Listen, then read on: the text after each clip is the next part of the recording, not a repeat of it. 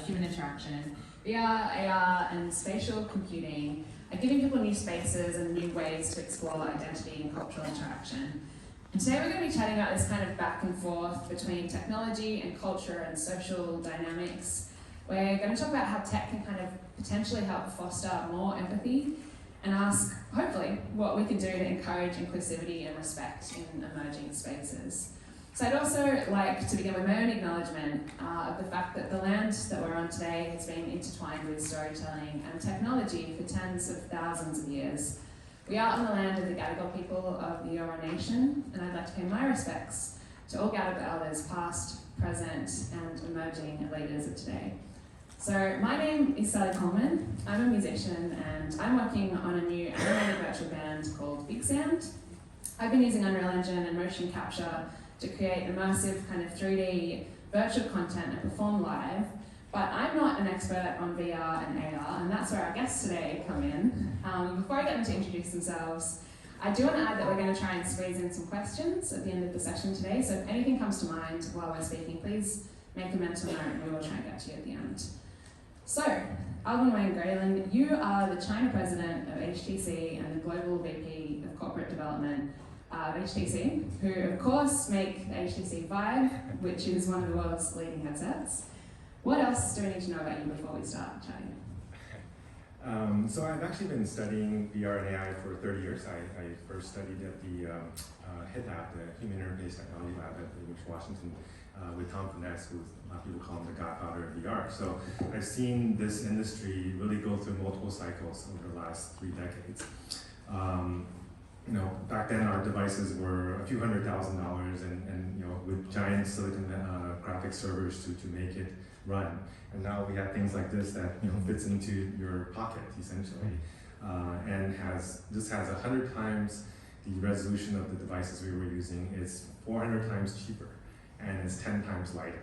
Right? So just to kind of show where the technology has really evolved over this period. And now with AI as well, because I used to study natural language processing and neural networks back in the 90s at UW and also at MIT. So just to see these technologies now maturing and converging right now, it's just a super exciting time. And I think I'm just happy to be here and chat about it. You've got a book coming out. And I have a book coming out. So Our Next Reality on Amazon. So pre-order on Amazon. Yes. We'll come back to it at the end. Dan Burgar, you are the co-founder and CEO of Frontier Collective. What's Frontier Collective?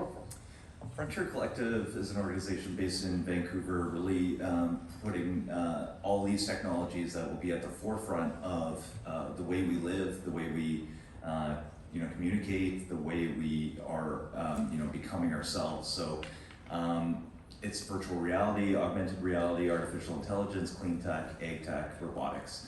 I really believe that we are at the precipice of a technological revolution. So as an ecosystem builder, we wanted to bring all these technologies together to look at how do we use this technology to solve some of the world's biggest problems, and how do we help the builders access the tools, the investment, and the connections to be able to take that next leap forward. So we're an ecosystem builder.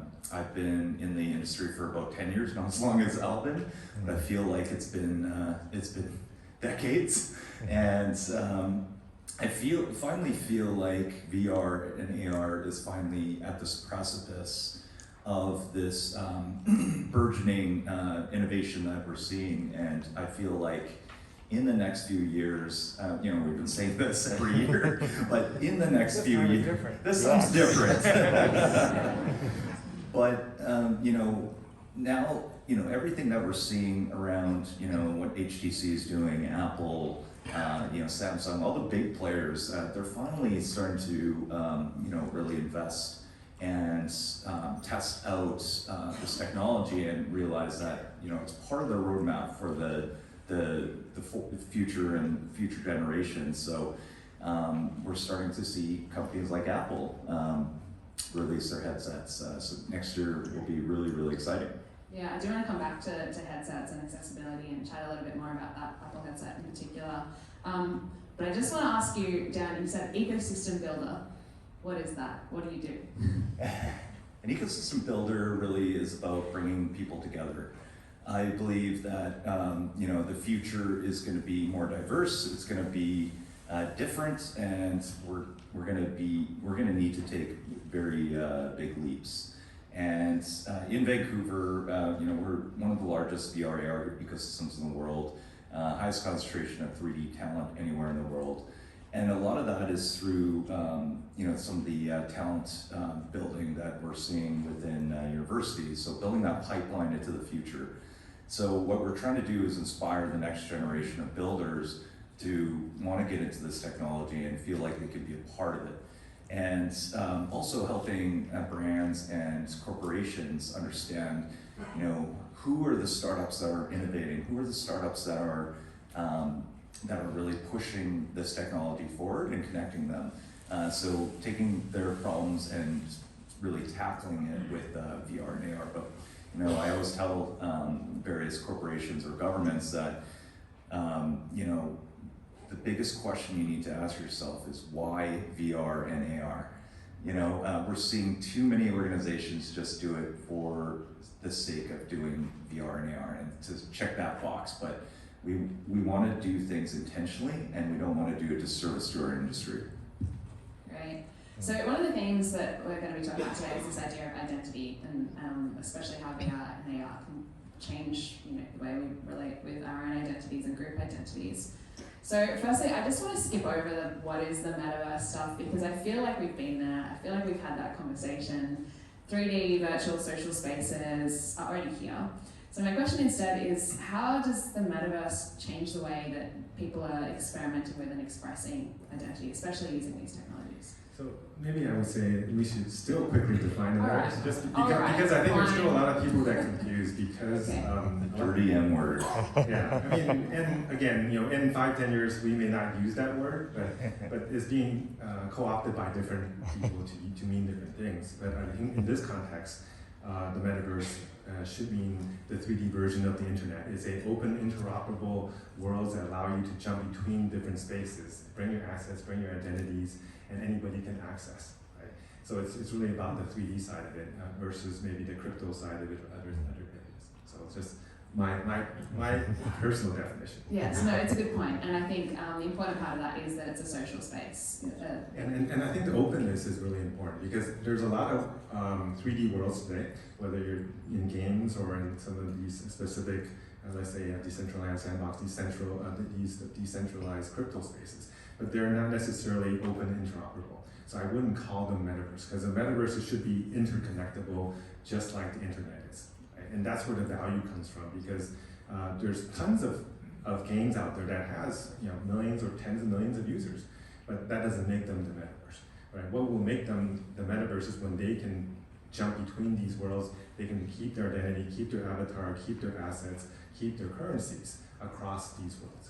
So I guess potentially we're not there yet in this idea of interoperability, but we are there in some other ways in terms of being able to express your identity. So I guess going back to that question of how are people expressing that identity at the moment in those spaces?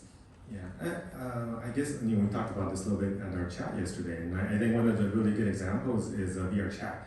It's not necessarily fully open, but it does allow people to go in and create their own worlds. And there's hundreds of thousands of independent worlds that were made by the community, and millions of people go in every day to use it. A lot more than actually what's in Meta Horizon worlds. And they can select any avatar they want at any time. They can make their own avatar, they can import avatars, and they could be a humanoid, they can be themselves, or they could be a furry animal. Right? And whatever you feel like, you can. And a lot of the males actually use female characters because they want to be an anime character, right? Things like that. So it allows the freedom for people to create an identity that fits them in a particular world that they go into. So they may not actually keep the same identity across all the worlds. They may say, oh, in a more professional meeting world, I'll use my professional look with a suit. But if I go into a rave world, maybe I'll be a furry fox, whatever. Right? And they're happy with it. And people treat you differently because of which avatar you're wearing. Yeah, I agree, and it's really amazing. I've seen some folks with disabilities, and in real life, they're not able to move around the world as they would like. But when they are in this VR world as their avatar, they're just like everyone else. And that empowers a lot of people and gives people new meaning. So that's like some of those experiences that we've seen is sort of at the start of what could be when you're able to express yourselves in a different way. I guess on the flip side as well, it allows people to experience what it might be like to go through life with a disability when they previously haven't, like seeing that other perspective. And so I guess my question on that is, how can these kinds of immersive technologies contribute to understanding diverse perspectives? Yeah, I mean, we chatted again history about this, but and Dan mentioned about it being a empathy machine, but it's definitely a device that lets you, or a technology that lets you take on different roles and to be on the other side of some conversation or some conflict, and to let you appreciate what it's like to be them. Some of our customers or our partners actually make, let's say, de-escalation tools for police or to work with assailants and to put the police in the position of being the assailant and being treated differently. It actually changes their perspective in terms of how much force they want to use, and also appreciates their identity in terms of race or sex or whatever, in terms of how they would treat the other person. So I think that's, you can't do it unless you actually felt it in their own shoes. So you're saying police officers will put on a VR headset and be arrested? Yeah. That's the experience. And being accosted by, they would dress as, let's say, a minority person, maybe a female, and they would be accosted by a police officer in VR. And how would they feel when they're being talked to that way or treated that way? I think that creates a lot of sensitivity training in terms of how to do that. In fact, one of my colleagues is here, and then we were actually doing an opposite. We just did a simulation in one of the local partners here, so XRG, that makes a police training system where they're trying to react quickly to different scenarios. And they put us in different scenarios, and we had our gun. We could use a gun, a taser, or a pepper spray, and you have to choose the right level of force depending on that situation. I think those are the kind of things that you want to get familiar with, so you're not doing it in a stressful actual scenario. Totally. And what's the difference for someone who maybe doesn't use VR that much between participating in that way and watching a movie? There's the concept of presence or immersion. Once you are in presence in that particular app, and you can't get it unless you have 100 degrees field of view or more, and then you're actually embodied there. You can see your hands, you're walking, you're moving. Then you feel like you're that person, and the memories that you're creating because of that immersion becomes ingrained in you, just like if you actually did that in the real world. So there's really no replacement. That's why people say you have to wear it to understand what XR does to you, or what as a medium and as a communication medium and as a learning medium. Yeah, it's incredible. Like, we always say VR is the empathy machine, and I really truly believe that. One of my first experiences in VR was the New York Times Syria app, where you can walk, in the footsteps of a Syrian refugee. And that just opened my eyes to what was happening there, and it really put me in perspective and helped me kind of be grateful for what I had, and want to learn more about the Syrian refugee crisis. So I really do truly believe that it can open up so many doors to other worlds that we haven't been exposed to. Totally. Let's talk a little bit about accessibility. One of the big barriers, I think, to accessibility at the moment in VR feels like it's access to a headset. Firstly, they're expensive. They can also feel like impractical. What do you do with it? Do you take it with you? All of those sorts of questions. Is the equipment going to get more accessible? Yeah, I think we need to take kind of a multi-step approach to it. The reality is that price is really not the barrier where a lot of people think it is. Right? I mean, this device costs less than my phone, and it can give you essentially 100-inch screen and full 6 degrees of freedom to be able to move around and so forth. It's kind of the latest equipment. It actually, the cost of goods is actually higher than a phone, but it costs less. Right? So from a pure cost perspective, and there are devices from Meta that are like half the price. Right? So pure price is not really the issue, but getting enough people to use this device, giving people ability to try it, to have it in schools, to have it in homes, is going to take time. which is also why we're really focused on kind of the open metaverse and using a standard called WebXR that allows any phone, any tablet or any laptop, if you have a browser, you can get into these 3D worlds. And so we call this thing Viverse, which is a development platform to let you create your own worlds. And you can invite your friends in there, you can download avatars, you can download furniture for your home, and create a space with essentially no coding.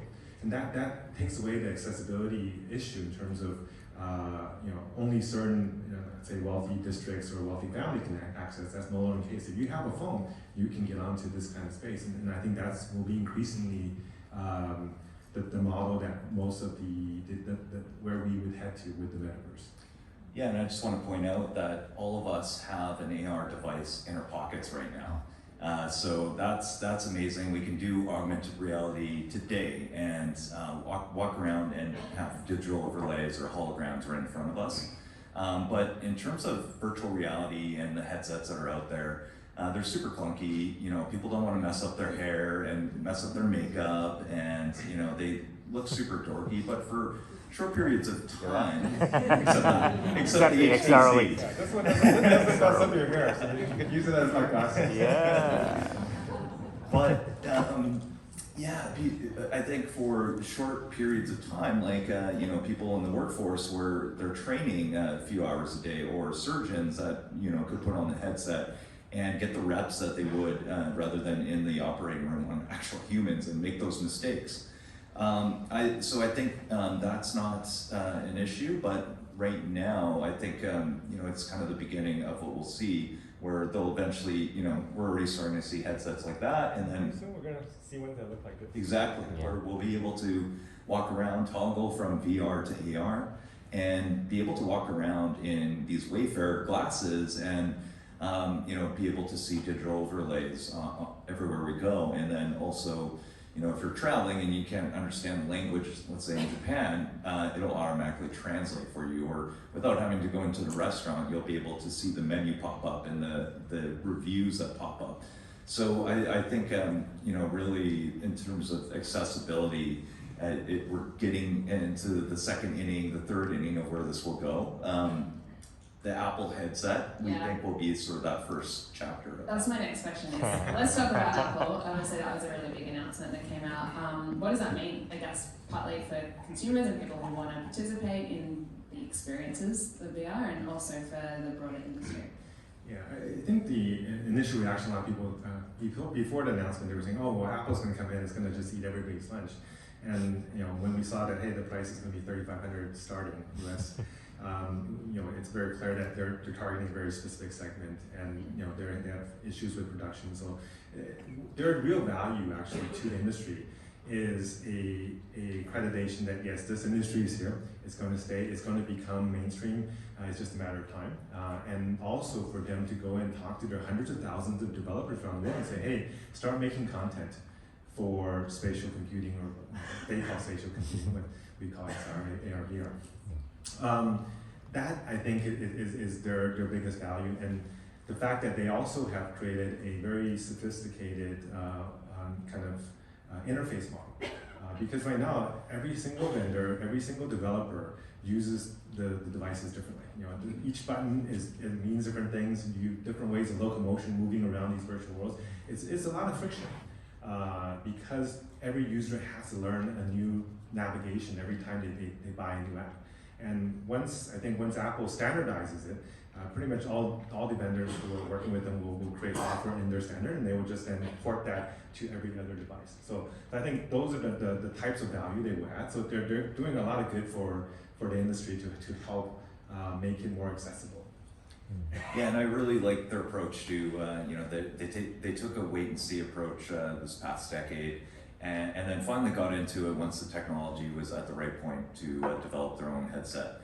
And then, their approach of, setting the high price tag and, just getting a few real champions around the technology is smart. And, we know that this first headset isn't going to be the be all end all. It's just kind of the start. We saw with, personal computers, we saw it with iPads, iPhones, it wasn't necessarily the first product that came out that really took off.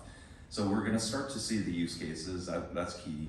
The practical, everyday, problem solving that we'll see with some of this technology, and just developers testing things out with this technology. But I do think, as Apple starts to put a lot of their marbles into the basket, I think that the technology will start to take off. We'll start to see consumer adoption, and then it'll be the replacement of mobile phones and screen-based technology. Yeah, I think so. I mean, that's the question, I guess, of accessibility with the equipment. The trend seems to be it'll get more accessible. The other thing you were both talking about, I suppose, is that the content is really the main reason that people aren't using the technology, is that they haven't seen something that's useful for them or that they want to. I think it's a combination. One is content, one is also very few people have actually put one on, right? And as we said earlier, until you actually wear it, you don't know what that actually means, what it feels like. And especially with, the modern devices with good quality content. I think once we start having Apple put these devices in all of their Apple stores, people are going to just go try it. And I think that's another thing that I didn't mention, which I think from a marketing perspective, they will do a lot of help to elevate the presence of this type of technology to people that may not have been exposed to the technology in the past. But in addition to that, and we talked about software, and I actually think that software is even the bigger issue versus hardware, because even though there may be thousands of content on the Steam store and on the Liveport store, the reality is that the quality of the content is still limited. The number of quality content that I would want to use every day. Right? Why do we use our phone every day or our computer every day? Because we need it to use it for daily kind of mission critical apps. And there isn't necessarily, unless you're in design or in your safety training, there are certain industries where it is mission critical, but for most people it is not yet.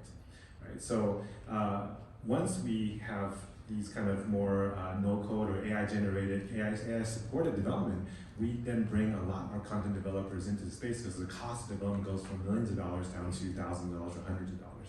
Right? And that also means that instead of having a few thousand developers, we're going to have 8 billion developers. And the creativity that 8 billion developers will mean that they will make content that people will want to see every day. Just like the phones, people are using a camera on the phone, they create content, and people are addicted to watching TikToks or whatever, YouTube. And all that person needed was a phone. Very soon we're going to have that level of ease of content creation, which will give you a reason to come back every day. Oh, I was just going to add, I think the everyday use cases where augmented reality or virtual reality can help solve a problem or just make your lives easier, I think will really push the technology forward. I don't necessarily think it'll be content or let's say a video game, but I do think how we saw the mobile phone when the App Store came out and things like that, we did see silly apps like the fart app just take off, right? So you never know. There could be. What's the VR equivalent of the thing? Yeah. Well, the good thing about those is that it didn't cost very much to make those apps, right? So when things became accessible, it became there was so much creativity that someone will find something that we didn't even think about. Or I remember there was like a fake drinking beer app. Yeah. Right? Where you just move and the beer, it looks like a beer mug or something. But those aren't things you're going to use every day. You might use it a couple times. But I think that's really the key, is once we get more people coming in to make content, there will be ways to come in and use every day. And they're also using things like their spatial video app. I think that's actually going to be really big, because that allows, it's essentially as easy to make a spatial world now if you just use their cameras and 2 cameras, and you can record the world and come back and replay that. If that format becomes something that they open up to every other device, I think that's something that could be very helpful to create content and share experiences and also share cultures. Because if you can feel like you're in that space, you're going to be more, you're going to understand that culture, that story. Just like what you were saying with the cloud of surgery, that experience. If everybody can start making these kind of videos about different cultures, about history, and that just helps to elevate the knowledge level around the world. Yeah, and what I get super excited is the communication. We're already starting to see it in virtual reality, where you can go in and meet up with a friend in, let's say, London, and you can actually do activities together, and it feels like a real world experience. But in the future, I'll be able to sit on my couch and be able to zoom in my mom, who is based in Cranbrook, BC, Canada, and just feel like she's there with me, feel that presence. And I think it's going to completely change all of how we do communication. And we can do talks from our living room, and be at Southwest Sydney without. Well, I guess we kind of want to be here physically, but we can really shorten some of the time that we have, that we can do other activities and cut down on a lot of the mundane tasks as well. So that communication aspect is going to be powerful. Yeah. And also the pressure we put on our environment is not going to be less, because if we travel, this year I think I've traveled 130 days this year, right? And that's a lot of flying, a lot of hotel nights. Which is not doing great things for the climate. But if we can take on a headset and be able to replace half my travel, that leaves me a lot more time to spend with my family and with other things, right? In fact, I think the best experience I had in VR this year was a concert I did in Engage called the Fat Boy Slim concert, and it was an hour long, and they invited all these kind of OG from XR, so it was all people I knew from the industry, and we just shared an hour experience where you were transported between different scenes, and you were riding on cockroaches and skydiving, and I mean, it's just crazy, but I felt like I was there, right? And I heard the voices of all my friends. We would give each other virtual hugs, and after that hour, I was like, wow, that was really stimulating. That felt like a real concert. Did you take VR acid? You don't need to. The beauty of it is you can have that virtual acid without any side effects. That's right. Well, so a sense of presence, I guess, is what I'm hearing is like really important and a big point of difference from other technologies we've seen so far. Yeah. And you were talking a bit already about AI and its importance in creating VR content. Where are we at the moment? How is AI helping content creators, and also where is it likely to go?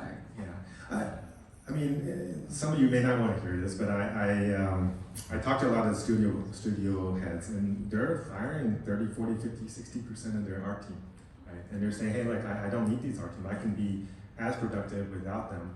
And also from a developer perspective, some of the junior developers are getting laid off because they're saying, I just need, with Copilot, I could build a lot of this stuff with one person. And in fact, the efficiency, of one person is not, if I double that person's efficiency, it's not actually can reduce one person, I can reduce two other people, because there's no more communication overhead of these people talking to each other, right? So I think the teams are going to be smaller, but they will actually create higher quality content, and they will come out a lot faster than they used to. I mean, the developers are I would say, some of them are saying 5 or 10x more productive with these AI tools than they were in the past. And artists, I won't even talk about. You can make art in seconds instead of weeks. It sounds terrible. I mean, I guess from an artist perspective, it sounds scary, but the other... From a consumer perspective, it sounds great, but the other hope, I guess, I'm hearing is, as an artist, it's easier to make things, and you need a smaller team to do it. But I think it's also hopeful for an artist in some ways, where you can say, hey, if I'm a really creative person, I don't need to have a giant studio of 100 people around me to make this happen. I can do it with 2 or 3 friends and make high quality content. I can make, a lot of indie studios can now make AAA quality. Yeah, this is going to give artists superpowers, where artists would spend days and weeks working on one little object in 3D, where that can give them their time back in the day to do more creative aspects. So I think it's probably going to replace some jobs, but it's also going to create new jobs. And I think it will give artists the ability to be more creative and express themselves in different ways. Yeah, and I think it also will separate the cream of the crop from the rest of the people. Yeah. Because the people who are the real cream, when they have the assistance and superpowers of AI to help them, they will be able to create amazing things. But the people that used to be just middle to lower level developers or creators or just commercial artists, they will be replaced. So. I guess we also talked about, you know, the possibilities of VR and similar technologies to encourage empathy and to share experiences. How do people like you make sure that you're actually getting those creators to create those experiences in the first place? Well, we do a lot of work actually with the developer community since day one, since 8 years ago. We were actually sending out devices to them, helping them with subsidies, to giving them training, helping the developer community around the world to create content. Sometimes actually, in fact, we also have something called the Vibe Arts program, where we're going around to 50, 60 museums and galleries and independent artists and helping them create content that isn't really commercial, that we're not going to sell, but it's stuff that really helps to share culture and history and art. And we do it because we think VR and AR shouldn't be just about gaming. It should be a deeper way for us to communicate and learn. Yeah, I agree. And getting students into this technology early, so at the high school level, and programs like what you're doing is just inspiring the next generation of creators and developers to realize that this is the future, and these are new mediums that they can be a leader in, and it's still kind of a new frontier with being able to express yourself. So we've just begun to scratch the surface of what we can do as creators to be able to express our vision or express the art that we want to create. Yeah, so I guess the other thing that we've been touching on is the idea of those social spaces as well, and sometimes the social spaces overlap with art experiences, and that's kind of a cool thing. But at the start of this panel, I compared immersive spaces with the birth of social media, which created whole new social dynamics, all of that. But we all know that social media can be a bit of a bin fire and kind of just amplify a lot of the social divisions and problems that exist offline and other spaces. So how can we stop virtual 3D interactive social spaces from replicating these same issues that we're seeing both in the physical world and on social media? Yeah, I think that's actually a real serious problem that needs to be addressed up front, because the type of content that you see when you're in an immersive space, that the type of emotional effect that it has on you or manipulation it has on you will be multifold what you would with a small hand screen or something like on your desk. So we really need to think about how to regulate the content in some ways where we are, let's say, overly violent or overly, sexual or whatever. We need to see that that content gets into the right hands versus children or versus other things. So and also the spreading of hate with this, it can definitely be used to indoctrinate people in the wrong philosophies. It is misused. So it is. I think the government needs to play a role. And also the leaders of the industry, of the content creators, and also the stores, moderation folks need to kind of help review to make sure that the right content is getting out there.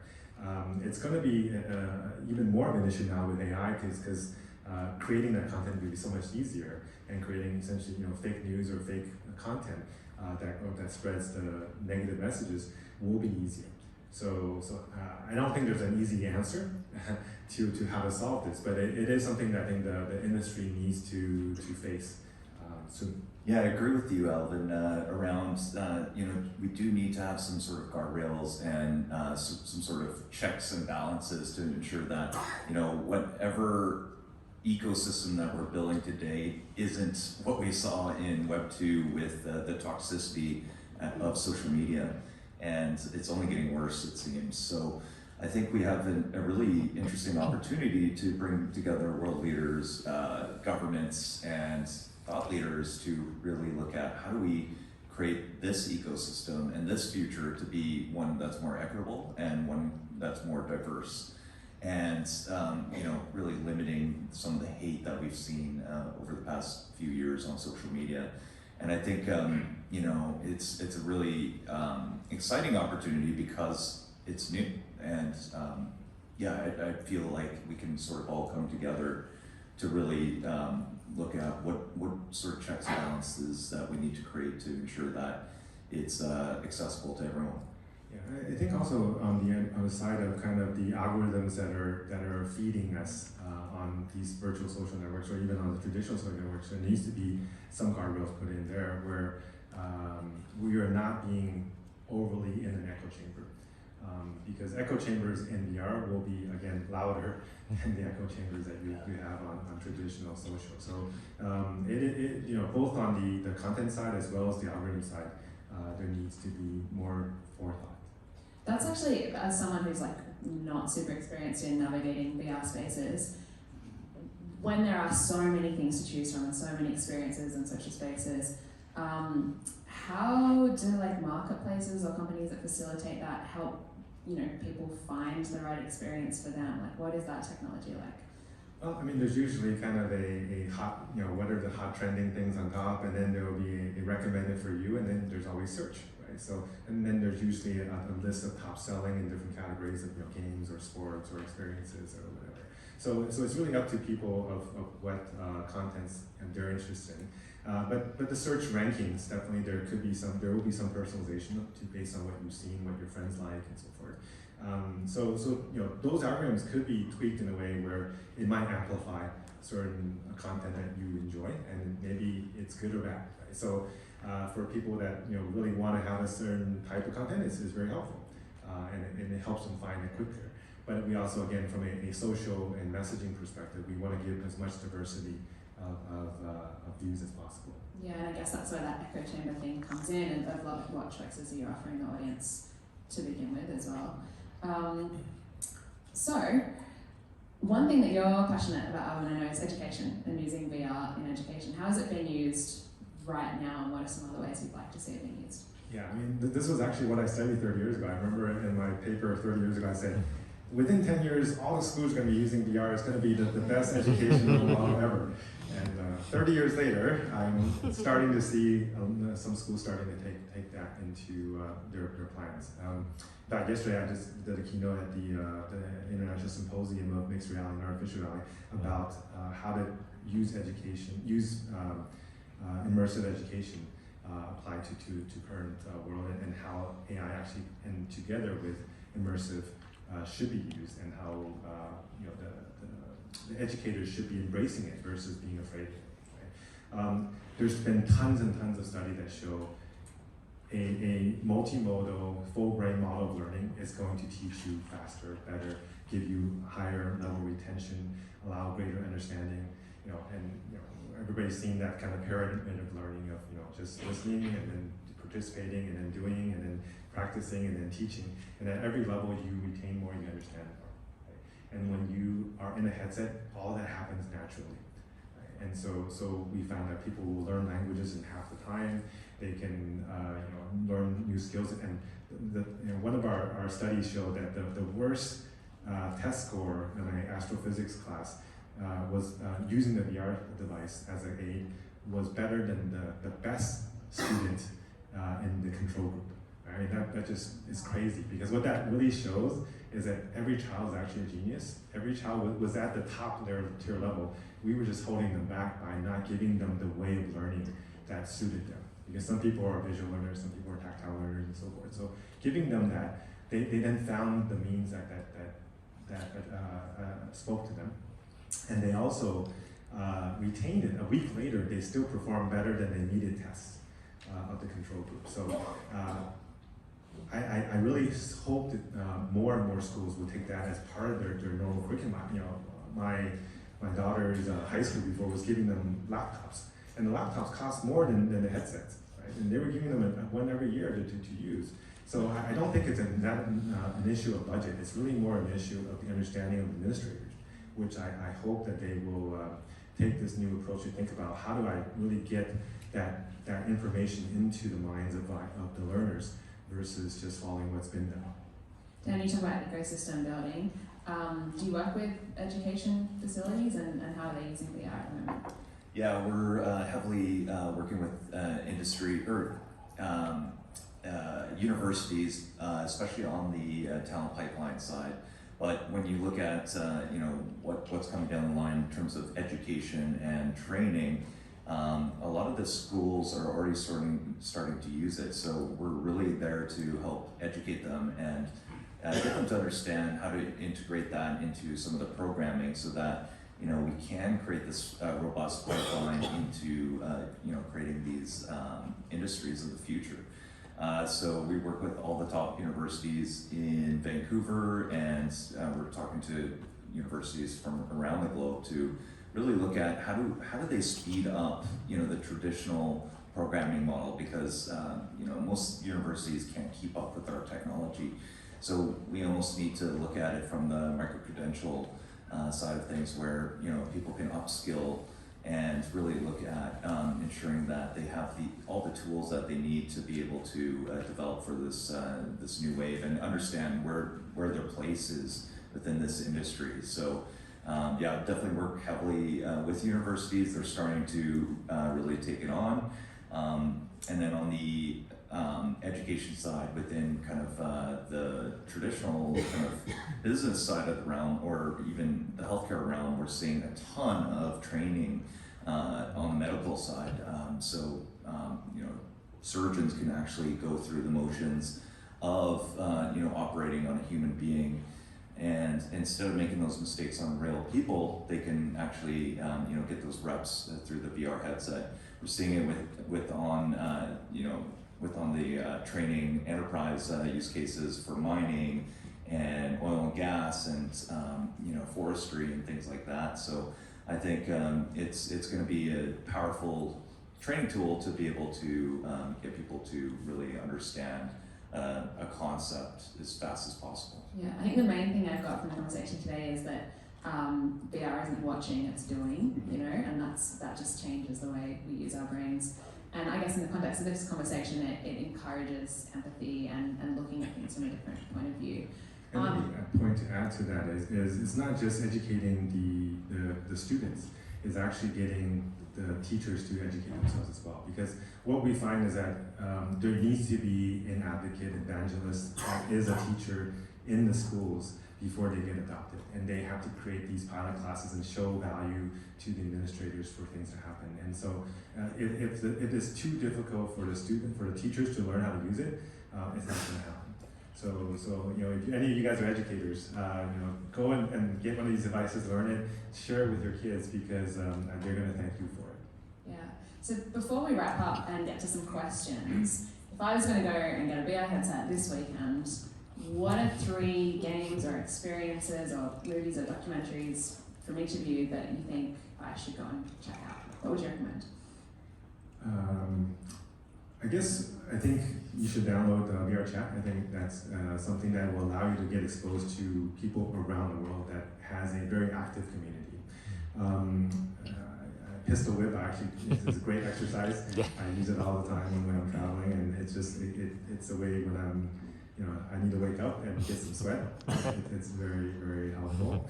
And if you want like a high fidelity VR experience, I still go back to Half-Life Alyx.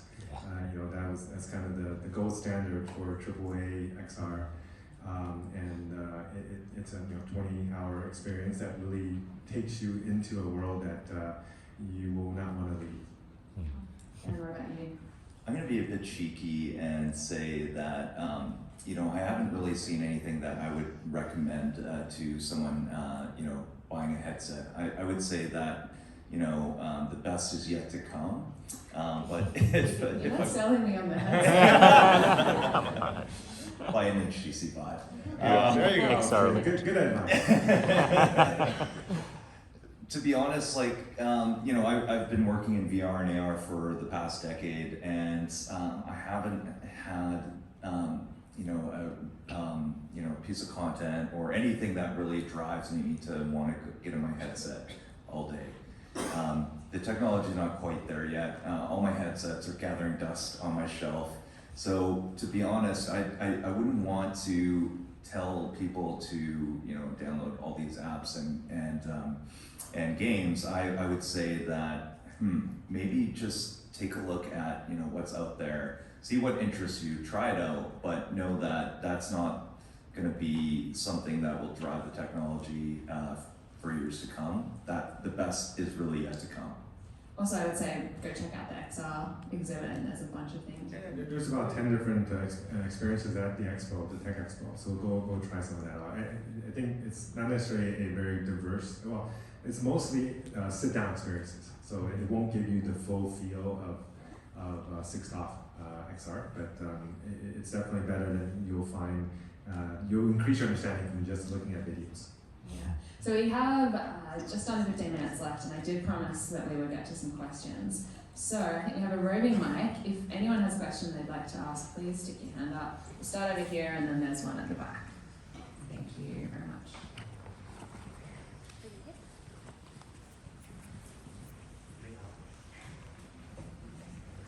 Okay.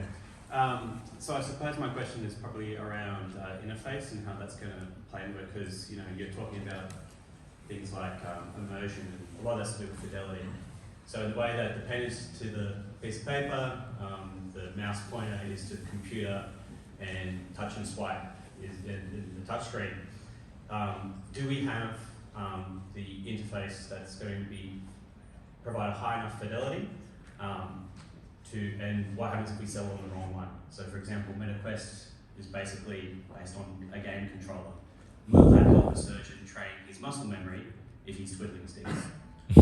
Yeah, I think this is something that Apple is actually helping a little bit in the industry. It's forcing people to not rely purely on controllers. Right? I think controllers have their place, particularly in gaming, where they're used to, people who play games are used to various controllers anyways. But the interface for XR is your body, is your eyes, your mouth, your hands, your feet, right? And because it's in a 3D world, it is going to be the most natural way for you to interact with those 3D worlds, because you don't have to train, you don't have to teach people when you stick a hand on grab something, you just will grab something. So that actually will increase accessibility, because nobody now has to learn how to type. They don't have to learn what the A and X and Y buttons mean. So that actually, I think we will be standardizing on our natural human interface, which I don't see any other alternative. We have a question at the back. Also, while you're walking out with the mic, I want to shout out that Will Anderson, Jan Fran, and some very funny guests are doing a live edition of Question Everything. That's happening at 4 p.m. at the Great Hall at UTS, and I think it's going to be one of the highlights of South by. Who was asking the next question? Yeah. Awesome. Hi. So I'm curious to know, you guys sold a beautiful picture of virtual reality. I think in 10, 20 years time, we all will prefer to live there, because instant gratification forever sounds quite good. I can see that leading to addiction. Is there any research in the space indicating how long biologically someone can live in a virtual world? And it's kind of obvious that there will be addictions. What are we going to have, like little pods? Are we going to be fed and we can stay in virtual? I know it sounds a bit Matrix, but come on. If we're addicted to social media, and that's Web 2, can you imagine? Virtual, it's going to be a complete takeover. So how is that reality going to look like for some of us, right? Yeah. So I actually had that same question to my team about 2 years ago, and we worked on multiple studies, both for long duration use as well as addiction, addictive gaming and social gaming addiction. And we did find that from a what they call a tendency of addiction, it's somewhere between 1.5 to 2x that of 2D gaming. So it does seem to attract, and particularly with young males. Right? But what we also found was that there are definitely mitigation models, whether because we tried 3 different mitigation models. One was a system will give you kind of a warning in the beginning and just say, this is potentially addictive, or whatever, and you have to manage yourself. And then one was where it reminds you every half hour, say, maybe it's time to rest. And then there was the last one, which is the system actually says, okay, you've reached your 1 hour, 2 hour limit, we're going to shut you off. And what we did find was that for adults, the first 2 was actually enough. They were able to control it. But for young teen males, you pretty much have to go to level 3 for you to stop them. And initially, they actually had a very negative reaction. They were like, oh, this system sucks, I don't want it to control me. But after about 20 or 30 days, they actually, the satisfaction level being shut off became the same as those who volunteered to go earlier. Right? So people adjust. Even it actually essentially kind of the system will help you get out of that hard addiction in a soft way. So I don't think we're going to be living in pods, unless you really want to. And I don't think it's just about gaming and being addicted in the world. I actually think that these things let you go into whatever world you want to be. I want to go in history. I want to go see what it was like to live in the Egyptian times or the Roman times or the Qing dynasty and be able to just feel like I'm there.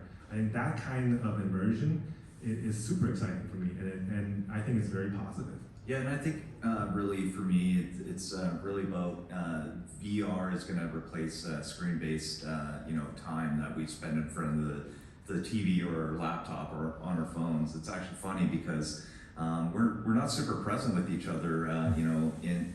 Even at this event, you see so many people looking down, but I think with augmented reality, it'll actually give us more presence where we're actually looking at people in the eyes. Although there might be like a dancing bear somewhere around beside them, but I do think that so it'll replace the TV time, the screen-based time, and then augmented reality will just kind of bring you into the physical, and it'll actually bring you more in tune with the world because you'll be able to gather information that's right in front of you. So. I don't think we're going to be living in pods. I don't think we're going to be living in the VR world. There might be some addictions, but we see that with video games and real with the internet and with pornography and also society in itself today. We have a ton of issues in itself. So like the opioid crisis and drugs and things like that. So. To be honest, I think VR and AR can actually be something that helps shift the culture a little bit. Yeah, and I guess what I'm hearing from you, Alvin, is you can go and visit ancient Egypt, but also Dan, you're like, well, you could do the ancient Egypt overlay, and your whole South by Southwest is really different. That idea. I think actually we didn't talk much about this, but the concept of mixed reality is actually now a big thing in the sense of every major device now has this high-end camera here that essentially allows you to bring the real world into a virtual world or a virtual world into the real world. So it's like you can put as much of the physical of the real into that virtual. And then I can make this wall look like I'm in a cave or I can be in a dungeon. So it gives you that physical haptic still in the surroundings without having to just be locked out of that environment. So we're going to see devices that can do AR, VR, MR modes on the same device, right? And even this today can do that. So I think we're going to get them lighter and quicker, or lighter and cheaper, and longer lasting. And if we can get them to be the size and form factor of sunglasses that we can wear all day, I think it will be your only screen soon. And not in a negative way. I don't think you're going to be addicted to screen, but it will be something that makes us all smarter, because that information can be brought to you visually, it can be brought to you audioly, and it will know your environments as during the day, and then who you're talking to, and it'll give you information to support your conversations. I think we've probably got time for one more question in the middle here. We'll see if we get to two. We'll see. Oh shit. Thank you. I just wanted to get some thoughts on what the panel's view is on haptics or feedback in the immersive world, and if HTC are working on anything new in that world, because I think it can be one way, but obviously I think that feedback loop is pretty important to give you that more sense of immersion. Yeah, I think haptics is key to having real presence, and this is why I think the mixed reality is going to be increasingly important, because it allows you to scan your room. So if I touch a virtual chair, I can feel it, and it's mapped on top of the real chair. So that the environment will dynamically change based on the room that I'm in.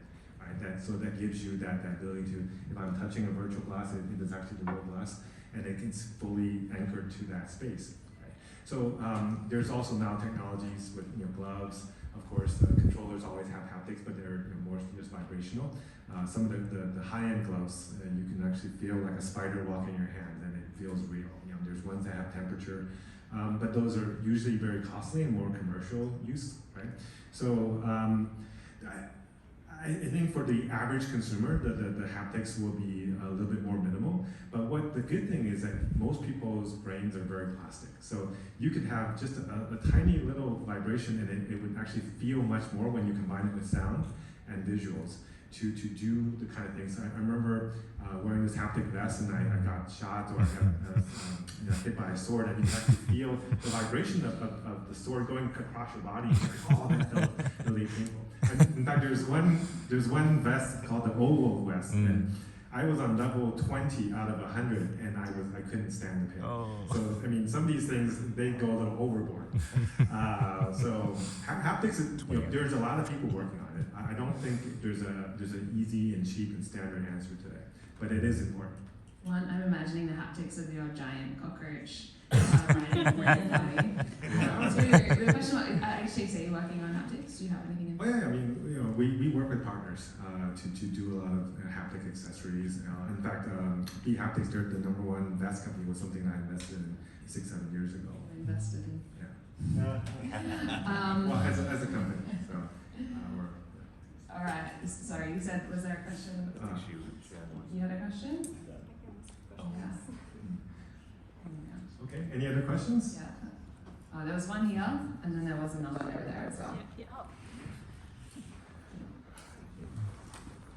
Thank you so much for this. I'm a biomedical scientist and I work with VR using VR for immersive mind mapping in combination with psychedelic substances in mental health to treat some of the toughest mental health conditions.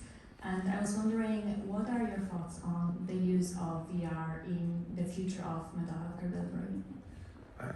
Actually, mental health and XR is a perfect combination because you don't have to take any drugs and you can create a lot of the same type of impact without all the side effects and all the addictive issues that we've had with all the opioid problems.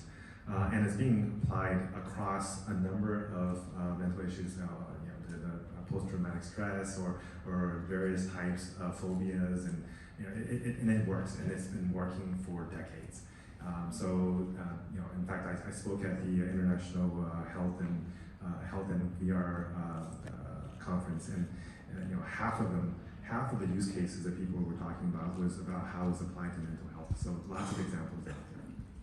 Yeah, I agree. I've seen a lot of really great experiences, and I think there's an experience called the ayahuasca escape, and you can actually be in that world without actually having to do the medicine or the drugs that like psychedelics or things like that. But I truly believe, personally, I think that VR coupled with some of the psychedelic therapy could have such an impact on mental health, and just give people access to getting out of their world for a bit and to really hone in on some of the issues that they might have. So I've seen some really great meditation apps as well in VR, where you can actually immerse yourself out of your living room and kind of be in this tranquil place. And I actually felt like after doing the breath work